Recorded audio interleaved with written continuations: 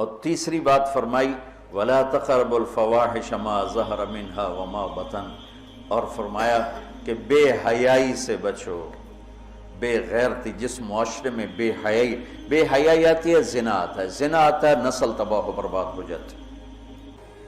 عورت کو مرد کے ساتھ بٹھایا تباہ ہو گئی، میرے رب نے حد فاصل کرا، عورت الگ جنس ہے، مرد الگ جنس ہے، عورت کے لیے گھر کی زندگی ہے، مرد کے لیے بازار کی زندگی ہے۔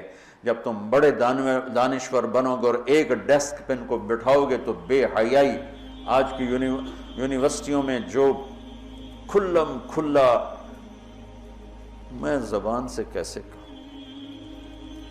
اپنا ہی پیٹ ننگا کرنے والی بات، اور میرا رب کہہ رہا لا تقربوا الفواحش ما ظہر منها وما بطن، کہ بے حیائی کے قریب نہ جاؤ، بے حیائی کے قریب نہ جاؤ۔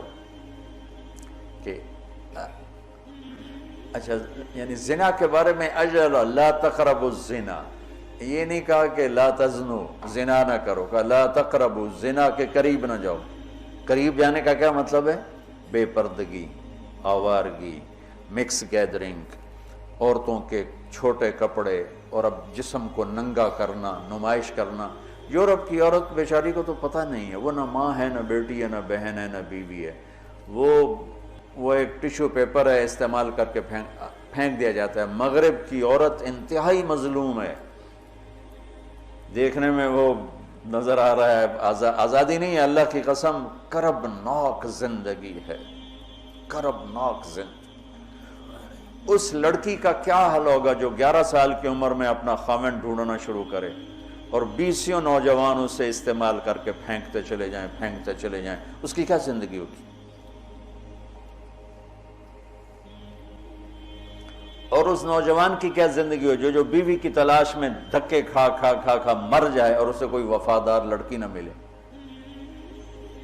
عورت کو شوہر نہیں ملتا، مرد کو بیوی نہیں ملتی، اس لیے وہاں کی نسل گھٹ گئی ہے۔ مغربی ملک تباہ ہو چکے ہیں کہ ان کا فیملی سسٹم ٹوٹ چکا ہے، وہاں نہ کوئی ماں ہے، نہ کوئی باپ ہے، نہ کوئی بھائی ہے، نہ کوئی بہن ہے، نہ کوئی بیٹی ہے، نہ کوئی بیوی ہے، وہ انتہائی کرب کا شکار ہے۔ مجھے ڈاکٹر ملا، میں امریکہ سے آیا ہوا تھا، رائمنڈ ملا، میں نے کہا تم کس چیز کے ڈاکٹر؟ میں بچوں کا ڈاکٹر ہوں، نفسیاتی مریض۔ میں نے کہا ہے بچے بھی نفسیاتی مریض ہوتے ہیں؟ کہ اتنے مریض ہیں کہ میری لسٹ 6 مہینے بعد ڈیٹ ملتی ہے، میری لسٹ میں 6 ماہ بعد اس کا نمبر آتا ہے، اتنے مریض ہیں لائن۔ میں نے کہا اس کی کیا وجہ ہے؟ کہا ماں باپ نہیں ہیں۔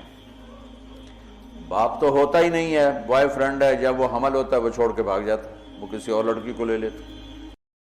تو میرا رب کہتا ہے لا تقربوا، لا تقربوا کا مطلب ہے کہ جو چیزیں بدکاری کو ہوا دیتی ہیں وہ ہے مرد عورت کا کھلا اختلاف، عورت کی بے پردگی اور عورت کا کپڑوں سے باہر آ جانا، مرد پورے کپڑوں میں اور عورتیں ٹانگیں ننگی کرتی جا رہی ہیں، رانیں ننگی کرتی جا رہی ہیں، بازو ننگی کرتی جا رہی ہیں۔ کوئی تو عقل کی بات ہو۔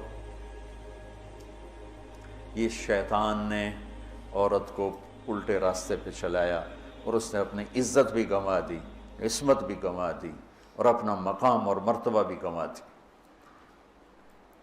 تو شرک نہ کرو، والدین کے ساتھ احسان کرو، اور فرمایا بے حیا نہ بنو۔